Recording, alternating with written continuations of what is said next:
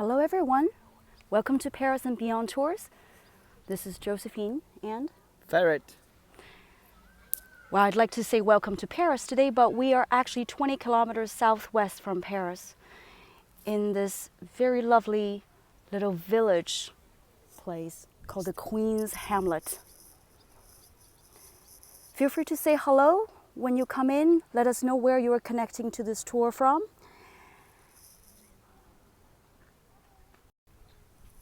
Hi, this is us. Hope you're all doing well. Hope you're all enjoying the summer.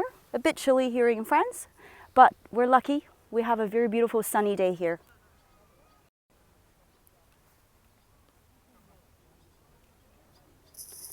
Let me give you a little nice, slow pan.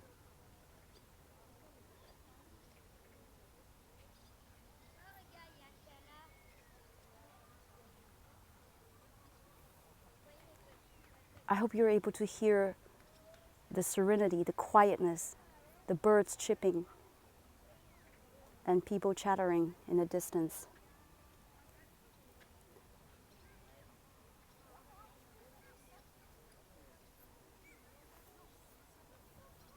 Please do let us know if you're hearing us fine, if you're seeing the video fine. Are we live on YouTube?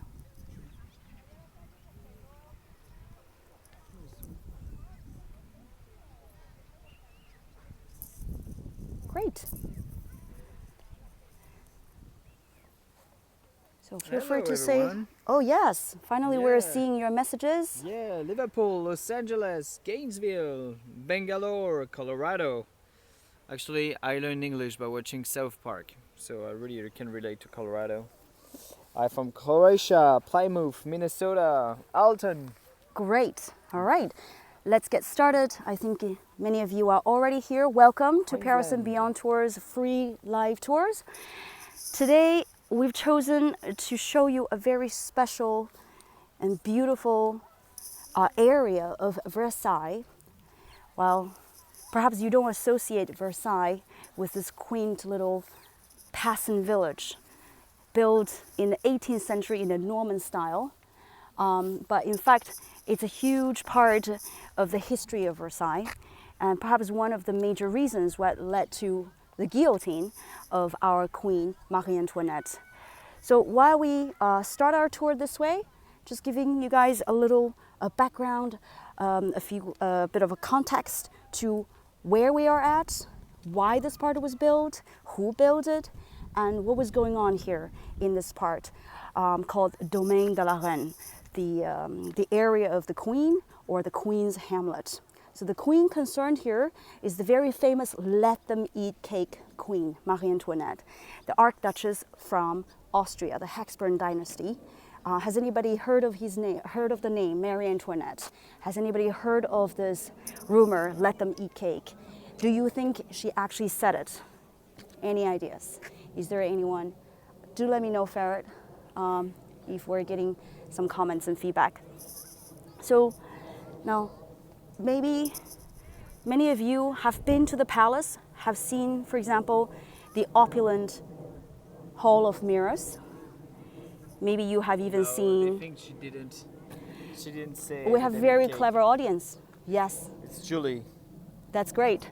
So yeah, she never said it. It was the 18th century fake news that was widely circulated. But did she have a lover? Did she have a lover? Yes, of course she did. Really? How else was she going to spend her boring time in Versailles? How else was she going to survive here? So, well, maybe you have also been to see the Queen's bedroom at Versailles, newly restored, just opened about 2 years ago. So she already had all of that comfort. She already had about 300 servants just for her own use. And her children had dozens of servants as well. And why would she even need more comfort here? As you can probably see here, this is a place that's almost like the opposite end of the opulent palace of Versailles, where you're very close to nature. In fact, she had a fake peasant village built in 18th century Norman style with 12 cottages that surrounds a man-made lake that I'm showing on the screen. So can you see that we're going to actually, we have already started this walk along this lake. We're going to do an anti-clock circle, and we're going to check out some of these remaining cottages. Even though we cannot get inside any of them, but even from the outside, it will give you a feeling how rustic, how bucolic this fake peasant village was supposed to be, and how she sort of see this place as her retreat, as her Disneyland, as her pleasure land, to escape the rituals, the ceremony, the pomp, the crowds, the etiquette, all these restrictions that she had to live in the Golden Palace of Versailles. And so There is someone who said something interesting as well. yeah, That she wanted to get away from her demands and also maybe the servants overhearing her personal conversations. precisely, yeah. In fact, we're looking at this Hamlet area, so just about 10 minutes walking from us, where unfortunately the connection is not so great. There is the Petit Trianon, her little 3-story mansion, where she had it designed to keep her privacy and secrecy at most. Well, there's even trolleys that's designed to bring food directly from the kitchen area to the dining room, so she can reduce the number of servants appearing when she's entertaining her private guests. So definitely she had this comfort, privacy in mind when she had the French architect Richard Meek design this peasant village. So was she the only one who was outrageous enough to build a fake peasant village in the middle of the king's property? No, actually plenty of nobles have tried to do that. They build complete fake villages, folly villages with only a facade. It's like those Disneyland streets that you walk into. You can't really go in, there's not much furniture inside, it's just a beautiful facade that sometimes is also painted to mimic bricks and stones and wooden doors. But actually, Marie Antoinette didn't just want a fake facade. She actually really wanted to bring her children to live here, to experience nature, to get close to nature. And so she actually had interior and furniture and actual functions of the cottages that we're going to see here. So first thing you can see that the building that really stands out is the lighthouse, the Marlborough Lighthouse. It's actually a song, one of the favorite nursery rhymes of her children, named Marlborough. Yes, and they named this lighthouse Marlborough. It's Marlborough s'en va à la guerre or something like this. Yeah, I forgot the song, but I've never heard of it. Would you like to No, I forgot one more the time? song. One more time. I've never heard of it. Something like Marlborough s'en va à la guerre, or something like that. It's like definitely it's definitely about a a general. Yes, it's Marlborough is a very famous general. I forgot Yes, about that. yeah, and so just to close. So it's actually being restored at the moment. It's an actual lighthouse. And then if we continue this way. Is that what you call a folly? Well, this is not really a folly. So Okay. meaning that actually there are interior inside the facade. There is actual furnishing. There is actually furniture. There was actually entertainment, billiard rooms, library, boudoir, dining room. Because folly is only like a little place you build in a park. That's only to show. Yeah. That's only on the outside, like Disneyland. Exactly. Okay. So the folly, Folly, is actually just meant to be a fake structure from the outside. So here, right, what unfortunately we cannot show you today, beyond the trees and the grass, just about 10 minutes walking, you can kind of make it out. You can kind of make it out, yes. I'm going to try to zoom in a little bit. Okay, here, do you guys see? Yeah, so you can really see tiny little corner, okay, of that Petit Trianon. Trianon is actually the name of a previous village on site. And when King Louis XV, who I call the Fun King, who famously had over 300 mistresses and died of exhaustion, of course, had this piece of land purchased and built the Petit Trianon mansion for one of his favorite mistress, Madame de Pompadour. But this Madame de Pompadour unfortunately never lived long to see this mansion of hers completed. And when Louis XVI, the grandson of Louis XV, the king who was guillotined together with his wife Marie Antoinette, became the king, and this was gifted to his queen, his wife Marie Antoinette. So Marie Antoinette was gifted this piece of property on which... A little bit. The collection is a bit unstable. Yeah, but it's not changing. Let's go. So when this part of property was gifted, perhaps I'm going to wait until we come to a slightly better connection.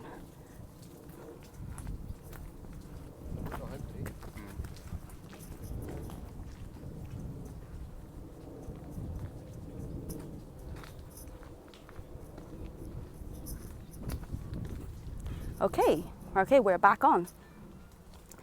So when Louis XV, the Fun King, who built a mansion for his mistress, he also built a botanic garden. He had a menagerie also built in this area.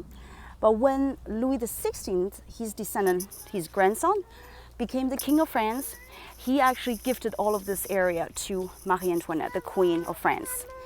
Marie Antoinette had this botanic garden of the previous king completely destroyed, and now had a very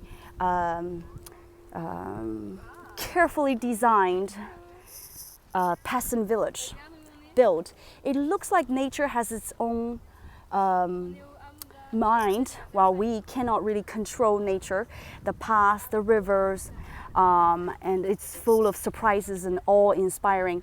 But everything that you see, none of them was a coincidence. None of them was nature on its own will. It's all carefully designed by the architect.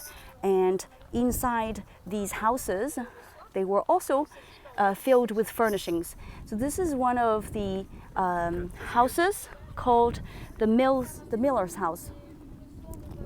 Yeah. It was meant for the water from the man-made lake to come through these sort of trench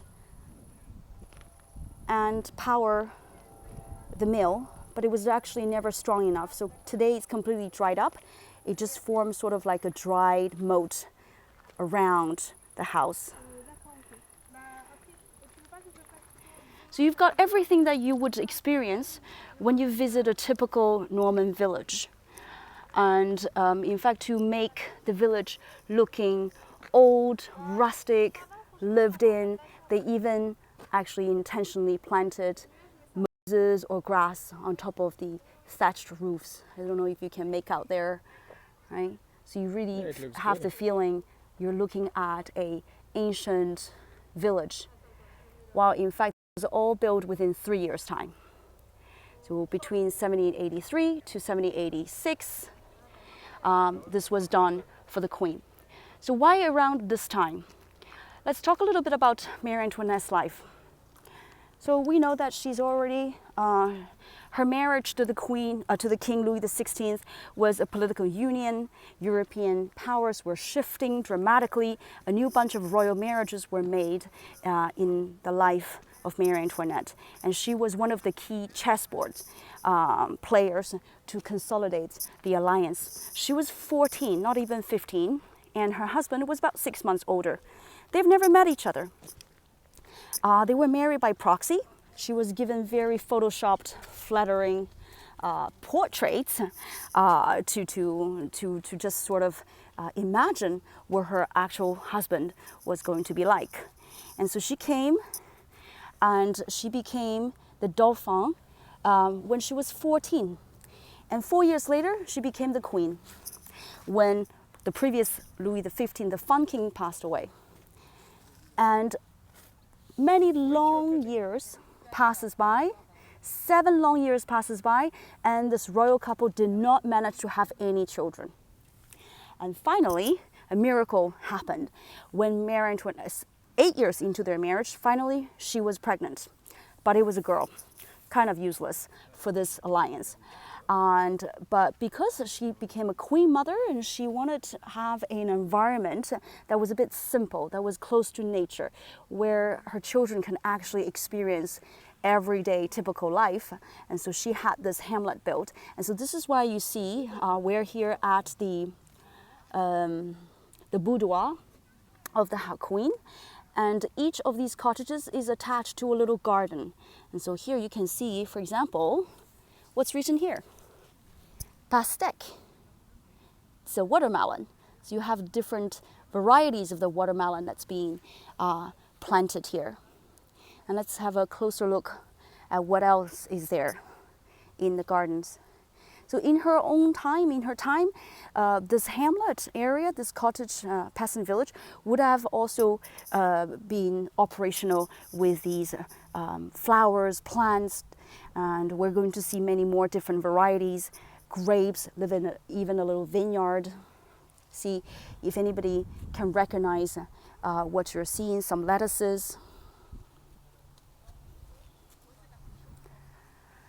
And she also commissioned hundreds of Sèvres porcelain, and each of them bearing the insignia of Marie Antoinette. You see right here, M.A. Marie Antoinette.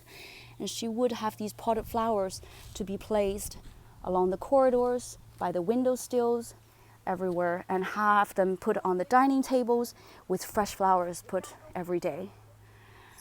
So she definitely enjoyed very much this very innocent sort of simple countryside living.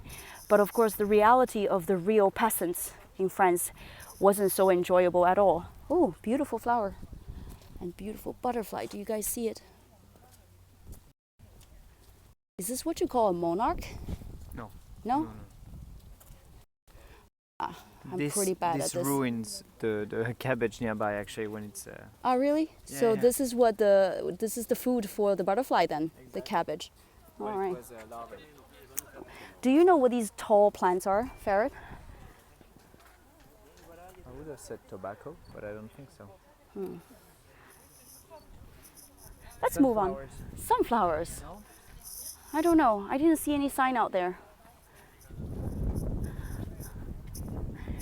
So another big rumor about Marie Antoinette was the fact that she also had her own lover, a handsome ambassador from Sweden to the French court, Count Fersen, whom she probably met at one of the masked balls in Versailles. And the rumor said that Count Fersen was one of the frequent guests that was invited to the Queen's boudoir, which is the one small private room for her to lounge. And let's go have a look at the biggest structure among the cottages. This is the Queen's house we're looking at. So the Queen's house has got two parts. One part on the right-hand side was a billiard room. Of course, the royalty spent long winters at Versailles when they're not warring in the summer. And so they definitely needed enough activities to distract themselves from boredom. And then on the other side of the Queen's house, you would have the dining room, right? And upstairs, one of those rooms would be library. And if you look closely here, this has been it's been restored in 2018, thanks to the sponsorship of, maybe you can make it out here, Dior, in 2018, May 2018, right? And this is what I mean by folly. If you look at this, from a distance, it looks like huge bricks, right? But if you look at it closely, it's really just paintwork to resemble their bricks. Part of the wall has got real timber, and some of these wood, again, are just painted to look like they're really old, while they're probably from 2018.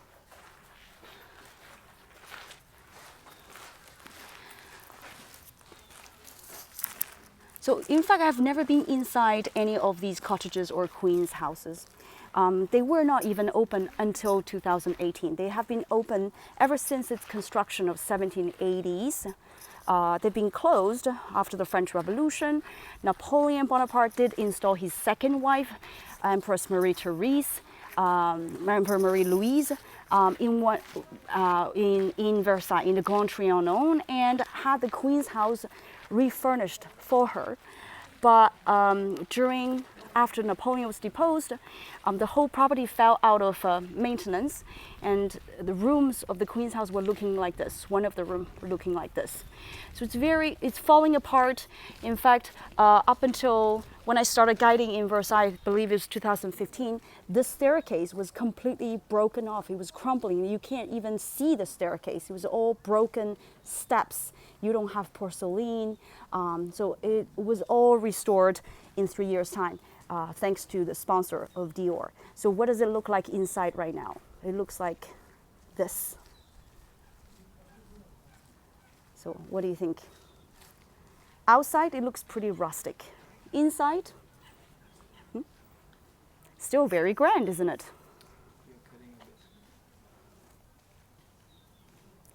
Another one, another angle.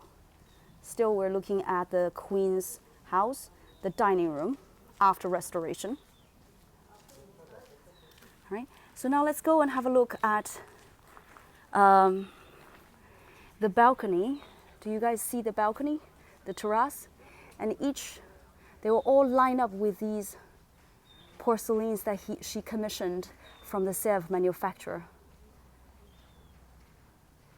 Beautiful blues. Okay, let's have a nice little pan here.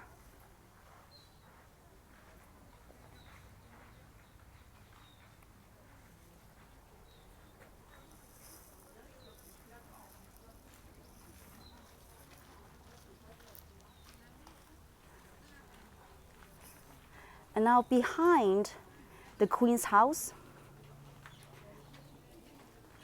we once again have the vegetable gardens.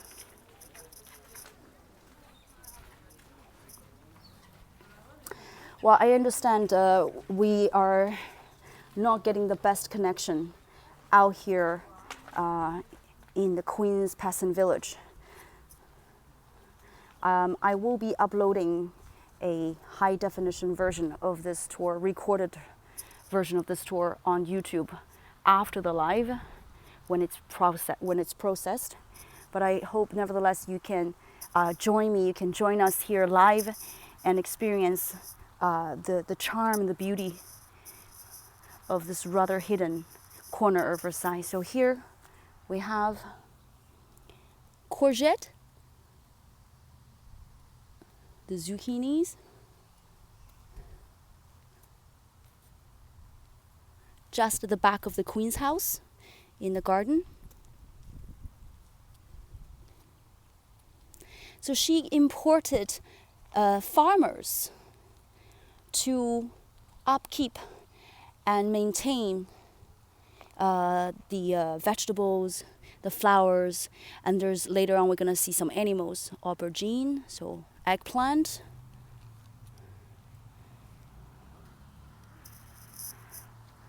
And what's on the side?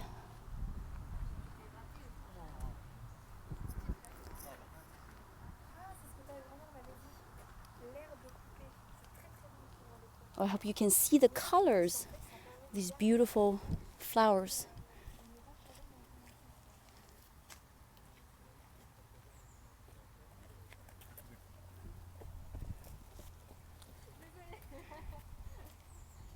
Haricots?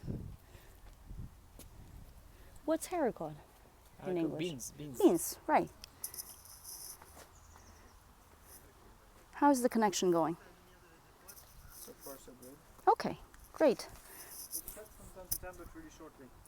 Yeah, that's my wish. Even if it's freezing, sometimes it comes back pretty quick. So now let's. Yes, please.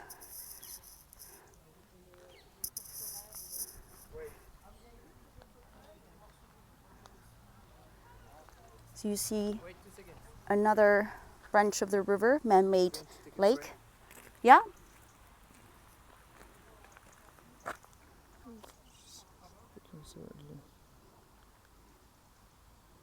Shopee, still waking up. Wait 2 seconds.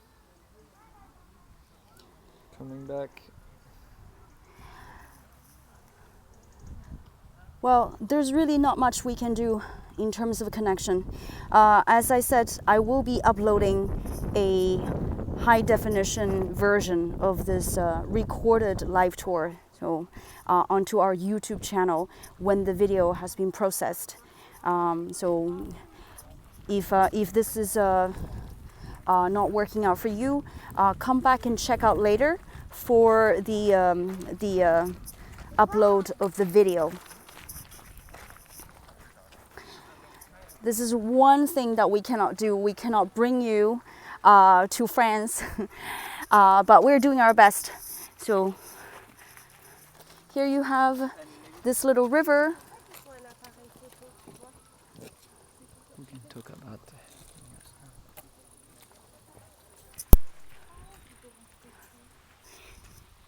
And normally we would have a pool of very hungry, aggressive carps.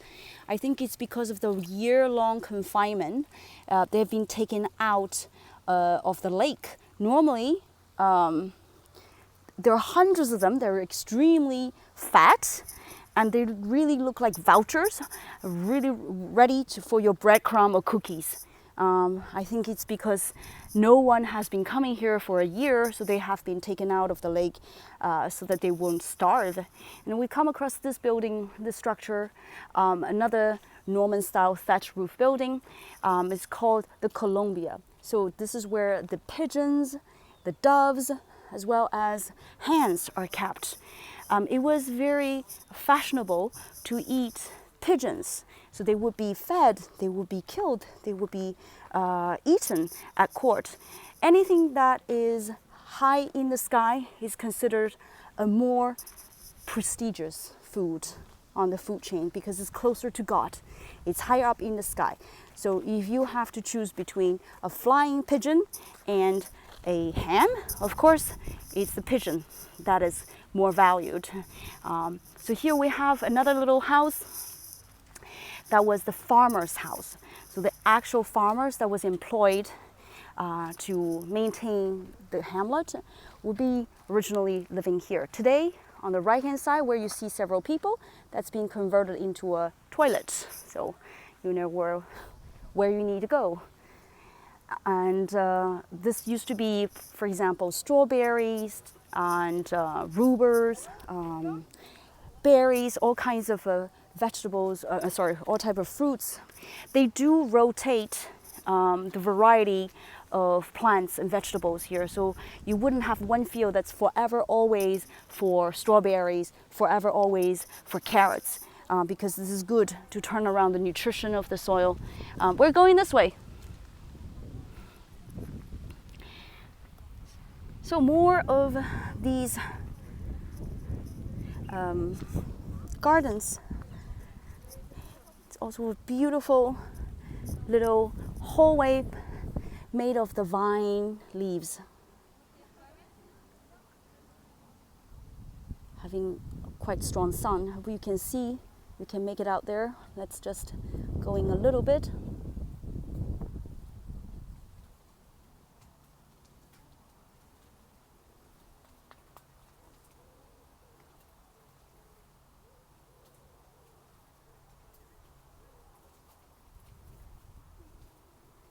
You can smell the grapes. These are white grapes. Fresh. I've tasted plenty of them before, and I tend to think they're quite sour.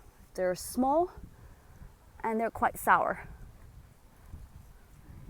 Well, by end of September, beginning of October, they will be ready for harvesting.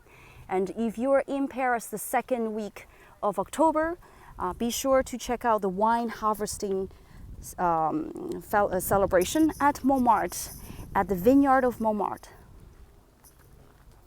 So what do we have here? Rhubers, I want to say.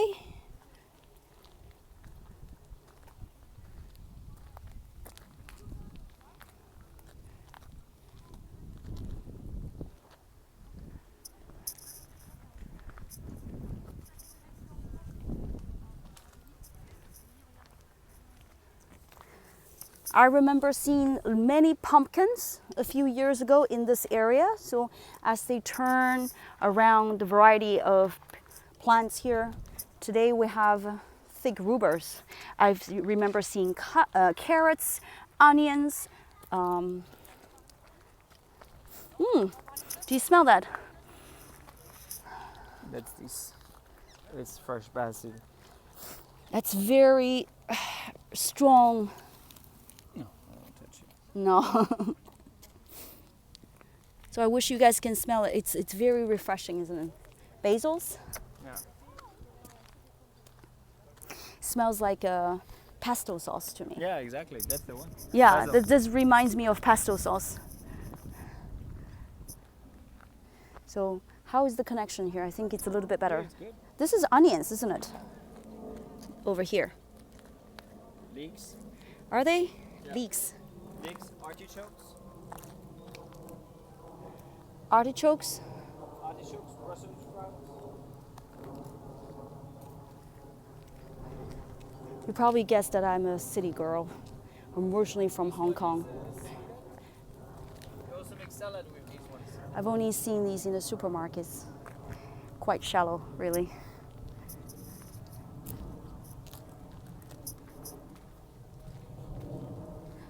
All right, let's move on to the farmhouse area, where you might make out that there is a hill, there's a slope, and we have a patch of vineyard here. So maybe you will be wondering, who is maintaining the gardens now? Who is planting and who is harvesting? What do they do with the harvest here, right? What was produced here wasn't really supplying the royal court. The king had another large piece of property called the King's Garden, vegetable gardens. That's on another side of the town of Versailles, that would supply fresh fruits and vegetables.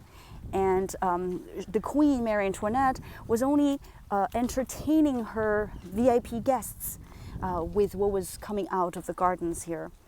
And we also had legends or rumors, stories telling us where she was dressed with English cotton, like a countryside simple peasant girl, milking a docile cow with ribbons tied around the neck into a golden bucket. Or when she was about to come with her children, with her daughter Marie Therese, to pick up eggs, freshly laid eggs from the hens, the servant would be notified beforehand, and they would take out the freshly laid eggs, wash them, and put them back nice and shiny into the cage for the mother and daughter to pick them up. So it's a very purified, filtered peasant life that she was having. I can't tell whether these stories, these accounts are actually fictional, fake news, or it would actually really happened. But I think the image that was coming across here is important. We all tend to imagine Marie Antoinette as a figure. Repeat that. Yeah? Repeat. The image, the imagination that we had of Marie Antoinette in the 18th century, right, was that we all perceived her as this figure who liked to spend, was very frivolous, had wasted a lot of money on her own pleasures and parties and gamblings and her own fashion desires, and basically did whatever she pleased for her own pleasure. So, and I think this image was very common among the public. And this was a big change. When she first arrived in France, she was considered a refreshing, young, beautiful princess. And she was really well praised for her charming smile, her grace for dancing. Compared to the mistresses of the queen, mistresses of the king before, she was a really refreshing face. A lot of people were quite impressed by her.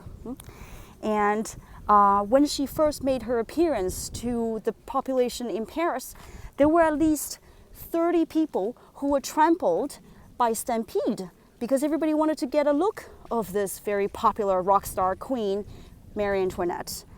But years back, after years of waiting for a royal son, and after years of indulging herself into parties, gambles, even theaters, she also had a theater house built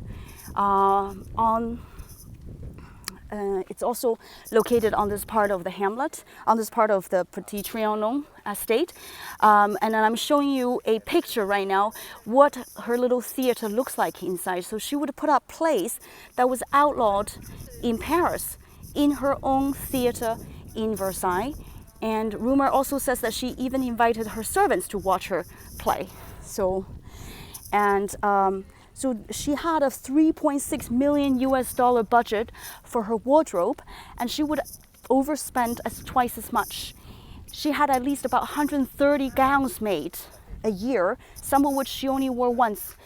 And she was also having 4 pairs of shoes made for her every week.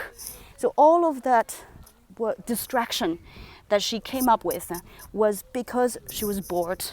She was bored of her life at Versailles and she wanted an escape. And this eventually became her biggest escape when she had children and when she had this peasant village built. So, and even though we can't tell whether those accounts of the story are real or not, we understand how Parisians, how the French felt about her. They were very willing to believe that she was the guilty one. She became definitely the scapegoat. Yeah. So we are looking at another farmhouse. Wait.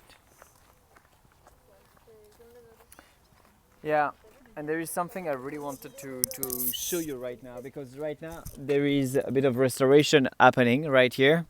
And you can see that actually all the rooftops of the neighboring houses actually are galvanized. So galvanized rooftop, and on top of the galvanized rooftop they put some fake thatching. So it's really a made-up scene actually, so that it looks like a real thatch rooftop, but in reality this is it, and this is original. Yeah, so I'll zoom in to see the detail.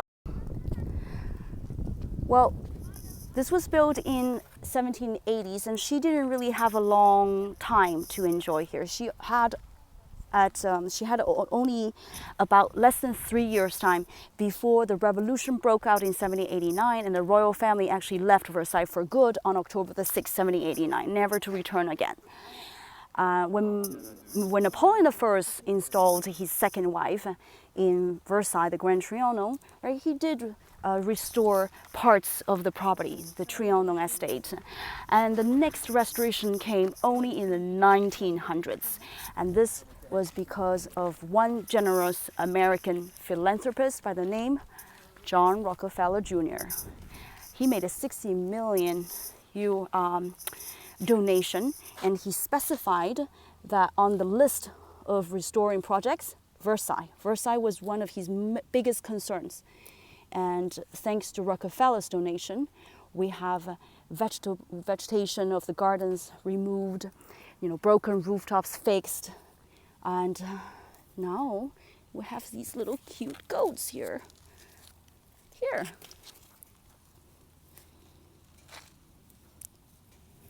Really enjoying his goûter, his afternoon tea here. Yum.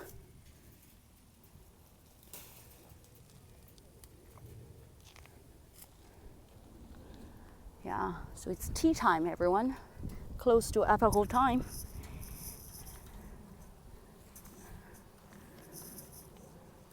So I've also remember seeing once a donkey climbing tree. Am I hallucinating? What? Not today. I remember once coming here and I saw. Goats are known to climb trees, Right. Correct me. That's right. It's not donkey climbing. It's goat climbing tree. Yeah, I think earlier I did see also some goats around the area. Let's see if we get lucky.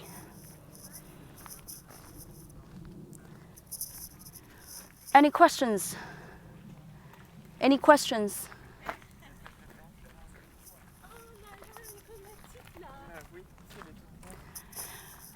So the main purpose of the Hamlet, as you probably can figure out right now. I already advised to read Marie Antoinette from Stefan Zweig. I really love that one. Do you have any other books about Marie Antoinette? Well, there's also movies that you probably want to watch as well by Sofia Coppola, Marie Antoinette, 2016. And there's a big part that was actually filmed on site, the Petit Trianon here, the Hamlet, so by Sofia Coppola, 2016, simply called Marie Antoinette, Marie Antoinette. And there's a new book that was released, I think 2 years ago. It's by the architect of Versailles. I'm going to be updating that link for the book in the tour description of the YouTube later, or put it in a comment. I can't remember the title, the whole title of the book. It is available on Amazon. It's also available in a gift shop of Versailles. And the book is actually a focus, an in-depth exploration of this part of Versailles, the Hamlet, its history, its architecture, its everyday life. It's a new book, less than 2 years old, published by the Versailles restorer architect. So now coming almost to the end of our live today. In fact, this place is also about to be closed in 15-20 minutes time. There was another question. Yes, tell me. Where did Mozart meet with Marie Antoinette? They did not meet in Versailles. So the question, I think you were far from the microphone. So yeah, the question was, where did Mozart meet Marie Antoinette? Well, this is a story that happened when Marie Antoinette was very young. She was probably less than 10 years old, so she hasn't arrived in Versailles yet. She met Mozart in the Austrian court. Schönbrunn Castle. Possibly Schönbrunn. They had three castles in Vienna for different holidays and different seasons. But Mozart was said to have met Marie Antoinette and the mother of Marie Antoinette, who was the Empress Marie Therese, who, by the way, had 16 children. And her 15th out of the 16 children were Marie Antoinette. So she was the second last out of the 16 children. And in Austria, it is a less pomp, less rigid court.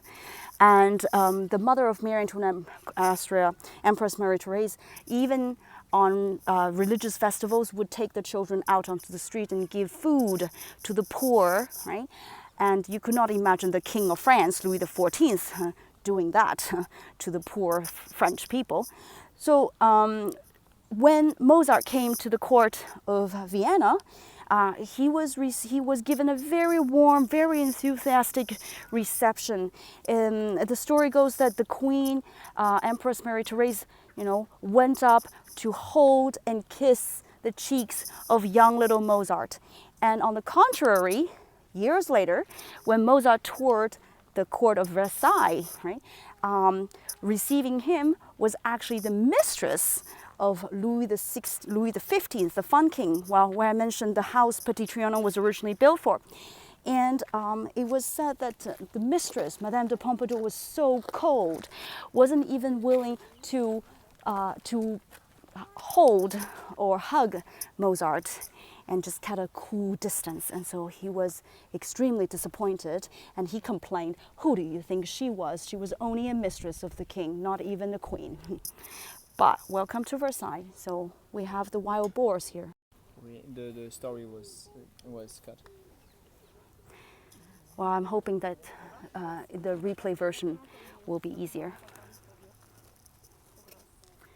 Our donkey friend, do you think this donkey can climb tree? I don't think so.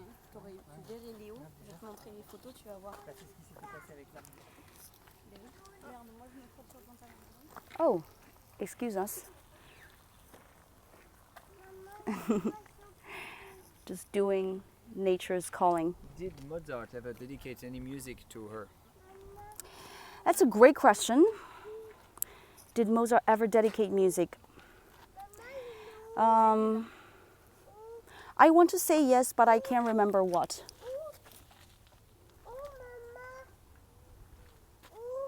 No, he's really enjoying the scratch, a little massage.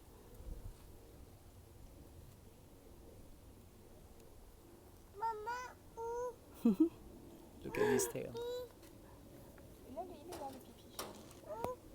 It's like a happy dog.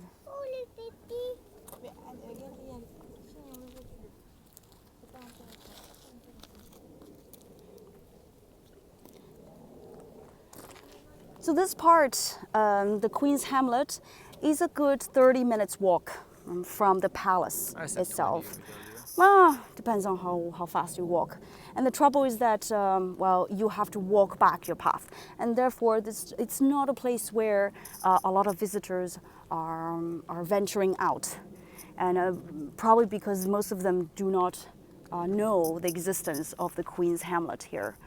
And but we do highly recommend it when you come to Versailles. Do spend a leisurely afternoon. This place is only open from midday, from noon, and you can also see the part where we're not showing you today, which is the Petit Trianon, so her private mansion. And there's also the theater. There's also the Belvedere. There's also the other parts that connects the Grand Trianon, the flower parterre, and so on and so forth. So this is where we're about to end, and with this view of the old, seemingly old thatched roof, a well. Yeah.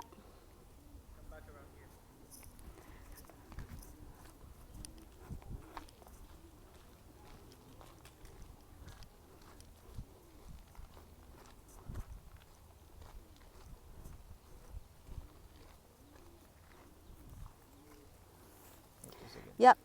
So I think that's the best connection we can do right now with the farmer's house. In fact, there are one farmer, at least one worker. Is it haunted? Actually living here in this level that I'm pointing out, right under the chimney. So there's actually supposedly someone who's living on the estate. And there's many school trips to teach and explain agriculture, about permaculture, that's happening also in this part, the Hamlet. Is it haunted? I don't think so. I've never had that feeling. I've been here on pretty dark, rainy, or even snowy days in the middle of winter. I never had that feeling of hauntedness. It's got this very charming, I would say charming, not haunted. What do you think? No, I don't feel it's haunted. I think it's really peaceful. Yeah, it's definitely relaxing. After visiting the opulent Versailles Palace, and you come here, you see, you're transported. Been buried properly in the end. Yeah, you've been transported to a different world. There is a proper grave now. Yeah, she's buried in the Basilica of Saint Denis, the Saint Denis Basilica, and she has been exhumed. And you can even visit her prison cell. In Cathedral Saint Denis, yeah. Yeah, you can even visit her prison cell in the conciergerie where she spent the last 76 days of her life before her guillotine. So yes, we apologize for the poor connection, and even we are on 5G, but I guess this part of Versailles is just not very well covered. We will be uploading a high HD version of the recorded video on our channel once it's processed, and we hope you have enjoyed this walk with us.